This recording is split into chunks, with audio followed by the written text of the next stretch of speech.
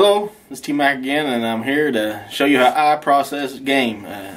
I'm really an avid believer that you should process your own game. It makes it taste better, and you're in control. You don't have to worry about bone dust and hair and all that, and you know you're getting the deer that you killed. So I'm going to take you through a little step-by-step process, going from each muscle, from backstrap to hindquarters, and all the cuts that I do.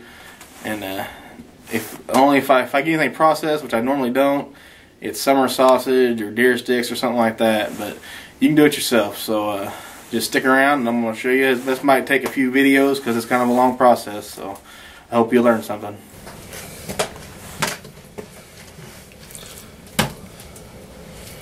Take our strap here, and you're going to trim all this light colored stuff off of it. Just barely fillet it off her. See that? You're going to cut in just like you're filleting a fish.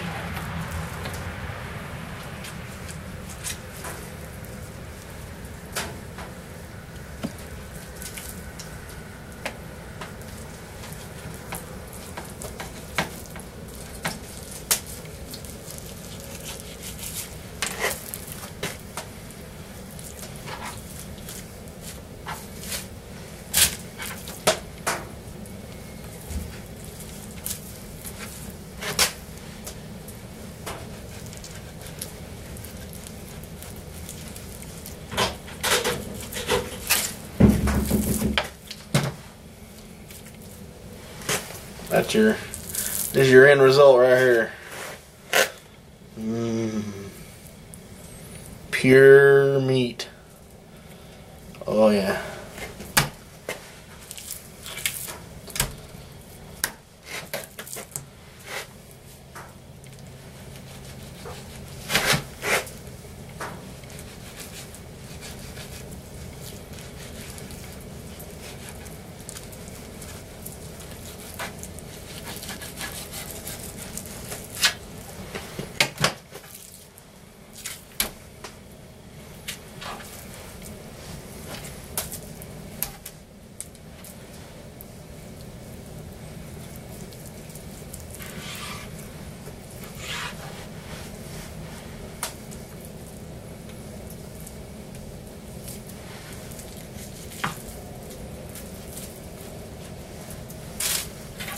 Alright.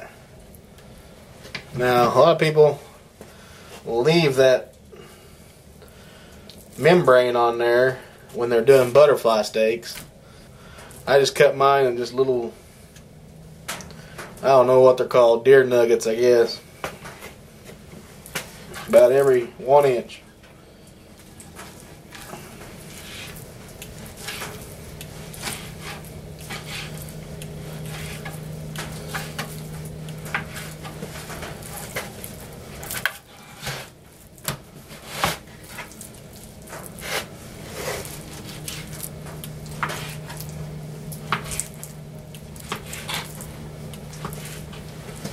I like that right there. I leave mine about 1 inch thick because when I pan fry it or grill it, I want to cook it real quick on the outsides and leave the inside nice and pink.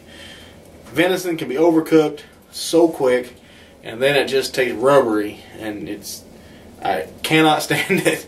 I like my meat to be juicy. Now, there ain't nothing wrong with a well done steak. Done right, it can still be good.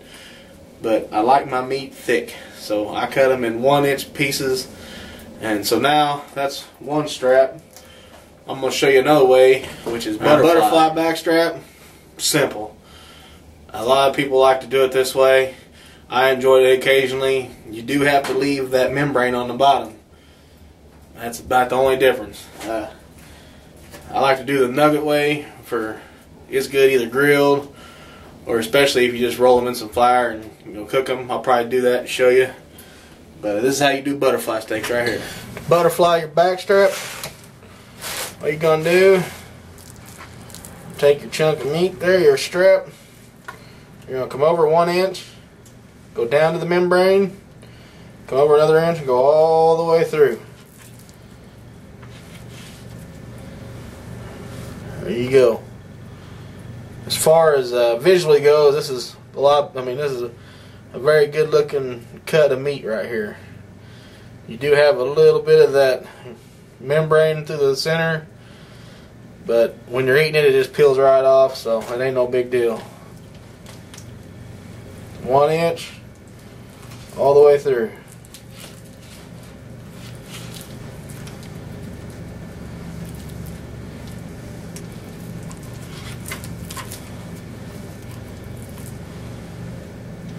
Very good looking piece of meat.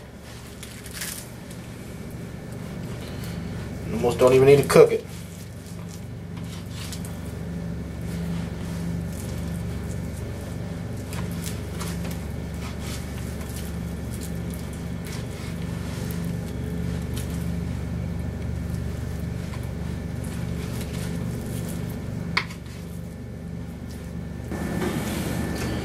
Once again, when you're butterflying your backstrap, keep them thick. If you want them juicy, you're gonna have to cut them thick. Venison should be medium rare. That's going to be your best flavor. Well done is just fine, but this is just how I prefer it. If you're going to do them well done, you might cook them or cut them a little thinner. But I mean, even this, you cook that well done, it's still going to be juicy in the middle. So about 1 inch is about standard for venison backstrap. Some of the stuff you're going to be needing when you're doing your own meat, your own processing, is, you know, plastic bags. We got a whole bunch of them from Great Value. I got a whole bunch of storage bags. All they are just a Ziploc bag, I guess. Great Value. You ain't got to spend a whole bunch of money. Freezer paper. That right there is going to be about $6. Of course, you need your Scotch tape. And all I do is throw them in the bag, push all the air out, zip it up right here like this. Get them into that stage first, all the air out of them. Then I wrap them in freezer paper and stick them in the freezer. I don't know how long they'll last, but around my house, this is all going to be gone by next year. This is all going to be gone by October 1st, 2011. So I know they sell them food things that save your food for 2 and 3 years or whatever, but there's no need really here because it's all going to be gone within a year. I've never had any meat go bad using this system. So I'll say it'll last a year, you know, just to be safe, at least a year. But you don't need a whole lot of fancy vacuuming things, you know. You can do that, but all I'm using is Ziploc bags, freezer paper, tape, and it's just as fresh when you take it out 6-7 months down the road as it is right now.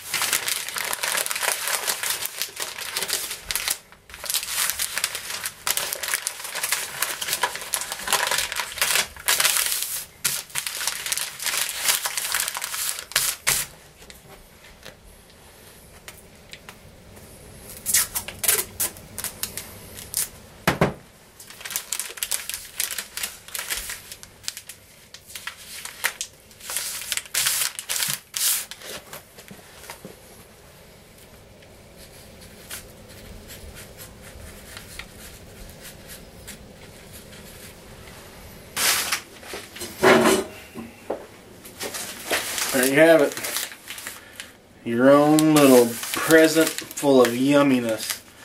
I always put what the cut is and what the year is. Like I said, very rarely will this make it to 2012.